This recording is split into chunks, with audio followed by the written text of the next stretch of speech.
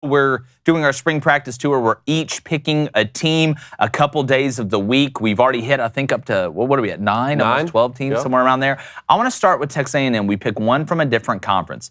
And look, the running joke, Texas A&M, top 10 before the year, can't do anything. I said last year that I think that 2023 would be a year where Texas A&M can break out. And I said it for multiple reasons. You've gone through the bad part of having high expectations. It seems like we have that every year, but A&M's expectations lately have been super high. And there was no fuel like embarrassment. I think you saw them have a collection of players last year that have huge egos, and it's hard to control everybody's huge ego when you sign all these 5 stars. That's what makes Nick Saban and them unbelievable. That's why you have a process down where guys that go the program understand it's about the program, not about themselves. I think A&M is starting to understand that. But also, Haynes King isn't starting at quarterback this year.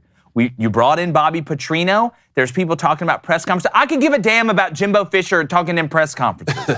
Okay? I'm not going to sit here and make a mountain out of a molehill. The thing with Bobby Petrino is if it's going good on the field, their relationship's going to be good. If it's bad, you're going to have 2 egotistical guys that are clashing back and forth. That's what it's going to come down to, on-field success. So how good are the players going to play? If Jimbo really does let Bobby structure the offense the way he wants to, install things the way he wants to, I think it's going to work. I think it was a good hire, and at some point, you got to take a chance. People want to harp on Jimbo about, you're not really going to give up the play calling, this, that, and the other. Well, at least he's taken steps. It's hard to quit smoking cold turkey, but at least if I see you knocking down the amount of cigarettes you're smoking a day, you're trying to make progress to an end goal. All he has to do is see the light, let him play good the first couple games, and I think you're going to see Bobby Petrino truly, truly be the guy offensively and let Jimbo step back. I love Max Johnson in their quarterback room, but the Connor Wegman kid, I think, has got to be the guy. I think he's got to be the guy. You saw him come on at the end of the year. He made some big plays and big moments. He's still young and still learning, but he's still a little cavalier enough to go out there and make the big play in the big moment. I like the mix. I like his running ability. I think it's underrated. Losing Devin A-Chain hurts. All right, I understand that, but let's not act like Texas A&M hasn't, acquired skill players, and not just on the offensive side. I like the Amari Daniels kid at running back. I think their depth there is going to be fine. I don't think it's going to be a drop-off to where their run game's not effective because I believe their offensive line and what they're returning has a chance to be special. I love the Blake Post kid. I think his game is phenomenal. He's a guy that's able to kind of wiggle his way through things. I think he's going to be a guy, too, that from a deep ball standpoint can give you something to have defenses fear. But I'm looking at A&M's defense. A&M, to me, is going to be cooking when that defense is hitting at an elite level and they have the talent to. Now, I know you lost Miles Jones in the secondary and Jalen Jones in the secondary. Miles Jones transferred, Jalen Jones went to the NFL. But the Tony Grimes kid from North Carolina can step in at corner and be a big-time player. He was a 5-star recruit. He was a 3-year starter. I know that North Carolina defense was porous early last year, but they started figuring it out late.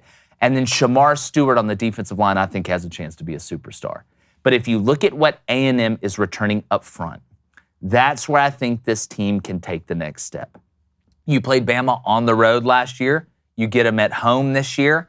I think A&M, and I want to say this with a grain of salt because people will laugh and point A&4, expectation. I think this could be a year where A&M really does break out because not a lot of people outside of A&M are expecting them to flop again. Mm-hmm. And at some point, you keep hitting in blackjack, you're going to hit 21 eventually. At some point, A&M's going to hit 21, and I think it's in 23. Remember, they were right there on the cusp of making that college football playoff in the COVID year. Yep. I think they were 7-1, 9-1, something like that. But up front, that's the difference. So 2 questions then. How much did they lose in the transfer portal from that number 1 class they had a year ago?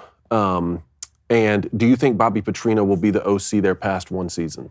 They lost a decent amount in the portal, but I don't know if that's a bad thing.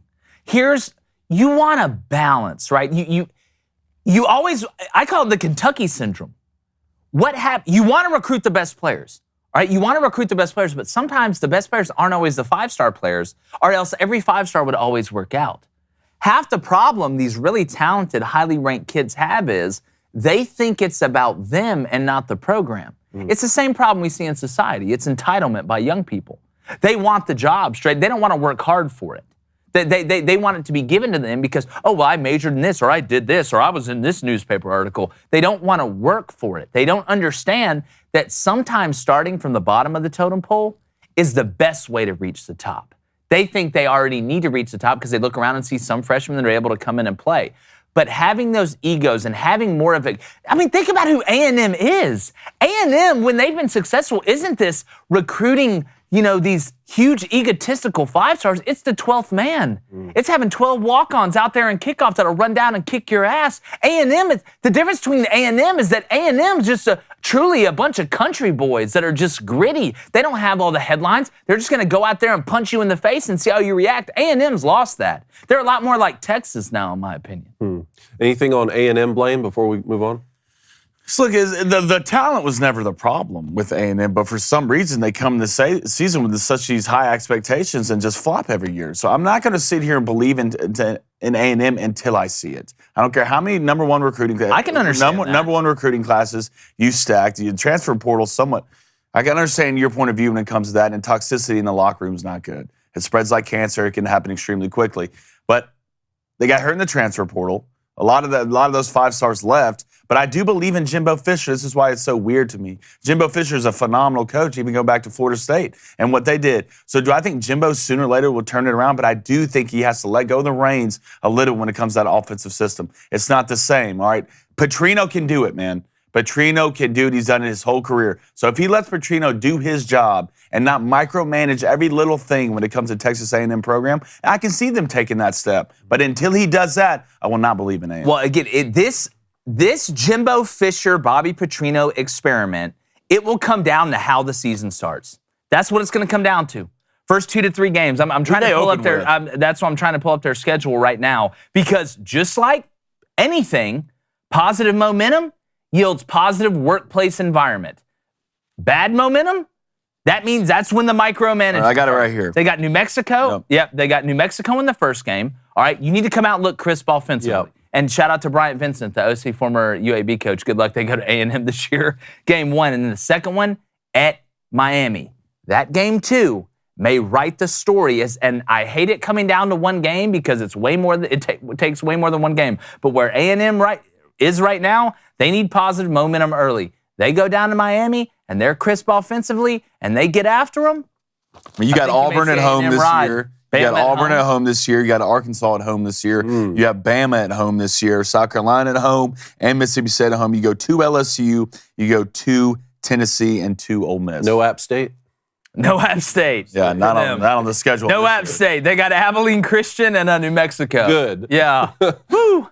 From personal experience. All right, let's go to the Washington Huskies, boys. Yeah. You want to talk about a dark horse team, this is one you can get behind and maybe sprinkle a little cash on. First of all, Caleb DeBoer coming into his second season on 11-2. Dude, I said it last year when he went there. But this is big. I go to this schedule, right? There's 2 teams on the schedule last year, all right, that weren't on the schedule that are going to be on the schedule this year. All right, that's USC and that's Utah. Okay, you go back, they had a big win in Oregon last year. If you watched the game, that comeback win was great. But USC and Utah will be on the schedule this year. You're going to USC, all right, you got Utah at home. But this is what you're bringing back. You're bringing back 14 starters, and you're bringing back your star, and Michael Penix Jr. Yep. I mean, this kid led the nation in passing. I don't care if he's left-handed, right-handed, or kicks the ball with his foot. This guy in the pocket can do it. He has an absolute laser beam attached to his arm. Receiver-wise, you bring back your top 2 targets, which is huge. Jalen McMillan, Rome Odunze. The names on these guys are ridiculous. They're automatically good at football. That's exactly the last right. That's so I can't true. even say. All right, but up front, right, you lost your center. You lost your both guards. But there's one thing you can be happy about. You bring back both your tackles, all right? And if you're Michael Penix Jr., that is huge, especially the way he plays. He likes to push the ball down the field. And usually when you take long drops, what happens? It's outside pressure, but you bring your 2 tackles back. That's huge. The running back room is probably the biggest question when it comes to the offense, right? You lost your top rusher, and your backup guys don't have a lot of experience. But what do you do as a head coach? Especially nowadays, you get in the transfer portal, all right? You got a guy coming in from Mississippi State who's talented, and another guy coming in from Arizona State. So I'm not too worried about their backfield. The way that offensive system goes, they'll be okay. All right, let's go to the defensive side. You bring back 7 starters. And a lot of it when it comes to the Washington is being healthy on defense. Finished 3rd in the Pac-12 last year when it comes to overall defense. So The biggest thing with them was secondary. You had a couple good players, but you gave up a lot of passing yards per game. So go to the defensive line. You have your 2 edge rushers back. Zion has to get healthy. All right, even you saw last year the kind of the things he did. He gets healthy. You have him and Bryce McMillan, I believe, coming back. Those would be your 2 edge rushers. That would be extremely good. Linebacker room, you lost 2 backers. You went to the what? You went to the portal and you filled the gap. You are going to get a guy back who was hurt for 8 games last year. All right, didn't play, but he's going to sit there and be the anchor of that linebacker core, which is going to be big. He's going to be a veteran, which you need a leader in the linebacker room. I always believe in that. Let's go to the secondary. All right, you got your Arizona State transferred. His name's Muhammad. He's probably going to come in and be your top cornerback. All right, which is going to be huge. Caleb did really good in filling spots, not making huge splash gets in the transfer portal, but really filling the spots you need to fill to be successful as a team. You bring back 2 other guys in the secondary. One's a corner, one's a safety. So not a lot of big problems. You fill the right gaps. But if you're Washington right now, you got to get past you. If you can split the USC-Utah games, I truly believe, and you can lose 1 game this year, I can see a team in Washington with Michael Penix Jr. at quarterback, bringing your top 2 targets receiver, and have a defense that can get the job done, maybe a dark horse for a playoff. Is Oregon on the schedule? Yeah, Oregon's on the schedule. Where? At home. Gotcha. Well, like and playing in the Pac-12 this year, at least going into the season, there's going to be some highly ranked teams because of what they return at quarterback. So when you look at strength of schedule and being able to have that insurance game or lose that 1 game early and still be able to make the playoff, I think the Pac-12 is going to be in the strongest position it ever has been at the end of the year when looking at strength of schedule, which in an ultimate stroke of irony could be the last version of the Pac-12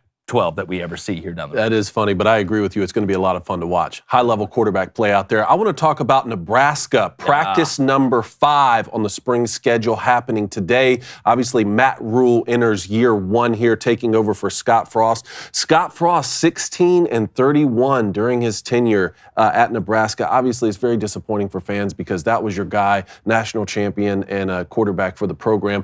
Nebraska hasn't been to a bowl game since 2016. That is wild. Say it like that, that's surprising. But I think of another blue blood college football program like Florida State, who didn't have a winning season, I don't think, since 2016. Look what they were able to do this past year. That set up some serious momentum coming in. They're one of your favorites to win the national championship. Yep. At these blue blood college programs, it can be done. You can turn these things around if you set the proper foundation and have the ultimate respect for the program, which it sounds like the word out of Lincoln right now, Matt Rule has that. The red N on the helmet really means something. Keep in mind, this program is 9th all-time in wins in college football. We're talking about a home sellout streak at games that goes 6 decades right now, from 1962. This is a place where you can win, and Nebraska owns the state. That's their state. They have that going for them. Now, do they need to reach outside of that and recruit, around the country? Of course they do. A lot of programs do. But at least they have those things going for them.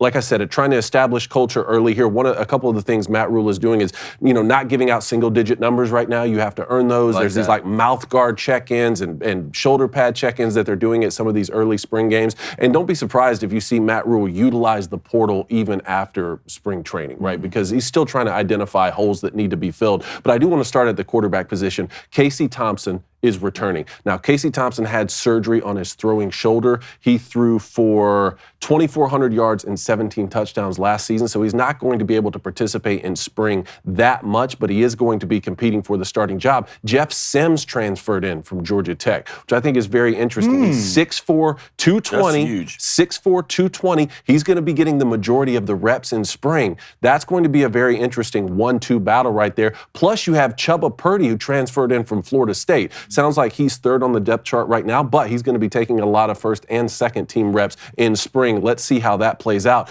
And then 5-star prospect out of Phoenix, Dylan Raiola, is on campus. He was on campus this week. He is a legacy. His father, Dominic Raiola, was an All-American at Nebraska, played center. If Matt Rule could land one of the top quarterbacks in the 2024 class going in, that could flip this program and establish his tenure right off the bat to get things started. At the running back position, Anthony Grant led the team in rushing last year with 915 yards and 6 touchdowns. He's suspended right now. Suspended indefinitely, but it sounds like it's more to work on academic issues. Yeah. I think that he may be able to return to the program. Another running back to keep an eye on, Gabe Irvin Jr., 6 foot 220 from our old stomping grounds over there in Buford, Georgia. Yep.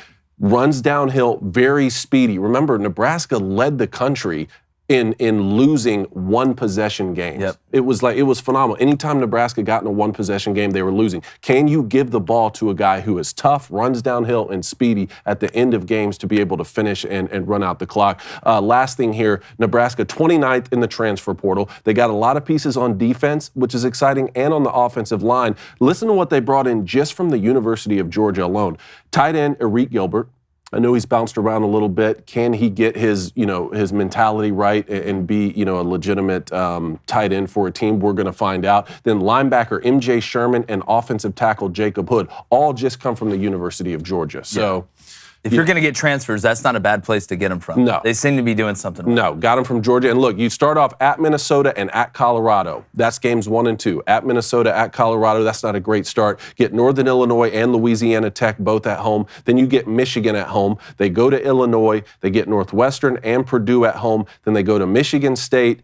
They go to Wisconsin. They get Maryland at home and Iowa at home. So you're on the road at Wisconsin, on the road at Michigan State. You're on the road at Colorado, Minnesota. So it's not an easy schedule year one. Now, look, I think Matt Rule's a fantastic fit out there. I said it when he got the job. I think it's one of those things where Nebraska and Matt Rule, it just makes sense.